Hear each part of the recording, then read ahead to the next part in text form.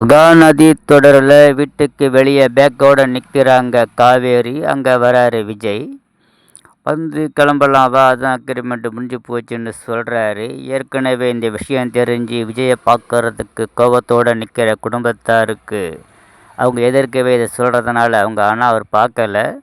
தான் சொல்லிட்டாரே கேட்டியா அப்படின்னு கங்கா கோவப்படுறா. பிறகு வீட்டில் உள்ளவங்க நீலா ஒரு மனுஷனா, ஏன் இப்படி பண்ணுற அப்படி இப்படின்னு கோபமாக பேசுகிறாங்க.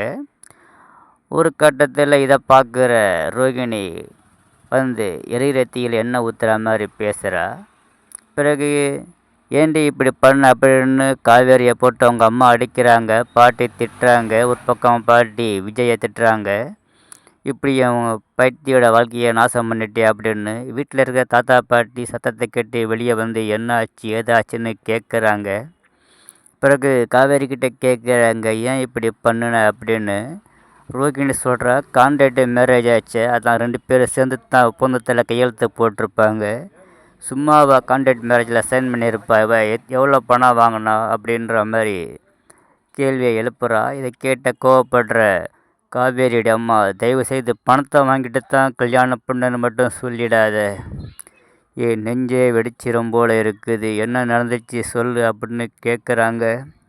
வேறு வழி இல்லாமல் சொல்கிறா, பணம் வாங்கிட்டு தான் மேரேஜ் பண்ணினேன், வேறு வழி இல்லாமல் தான் நர்மதா ஆப்ரேஷனுக்கு பணம் தேவைப்பட்டுச்சு, எங்கே கேட்டும் கிடைக்கல, வேறு வழி இல்லாமல் பணத்தை வாங்கிட்டு அவர் சொல்கிறதுக்கு ஒத்துக்கிட்டு கல்யாணம் பண்ணினேன்னு சொல்கிறாங்க. உடனே கங்காவோட கோபம் குமரன் மேலே திரும்புது. இதுக்கெல்லாம் காரணம் நீங்கள் தான். உங்கள் கையில் இருந்த காசை நீங்கள் பத்திரமா வச்சுருந்தா இப்படி ஒரு பிரச்சனையே வந்திருக்காது, இந்த ஒரு சம்பவமே நடந்திருக்காது. எல்லாத்துக்கும் காரணமே நீங்கள் தான் குமரன் மேலே கோவப்படுறாங்க கங்கா. காவேரி, மாமா எதுவும் சொல்லாதக்கா அப்படின்ற மாதிரி காவேரி அவ்வளோ பிரச்சனைகளையே அவங்க குமரனுக்கு சப்போர்ட் பண்ணுறாங்க. பிறகு அடிக்கிறாங்க காவேரியை. அவங்க அம்மா தடுக்கிறாரு விஜய். தயவு செய்து காவேரி அடிக்காதீங்க, அவன் மேலே எந்த தப்பும் இல்லைன்னு தடுக்கிறாரு விஜய்.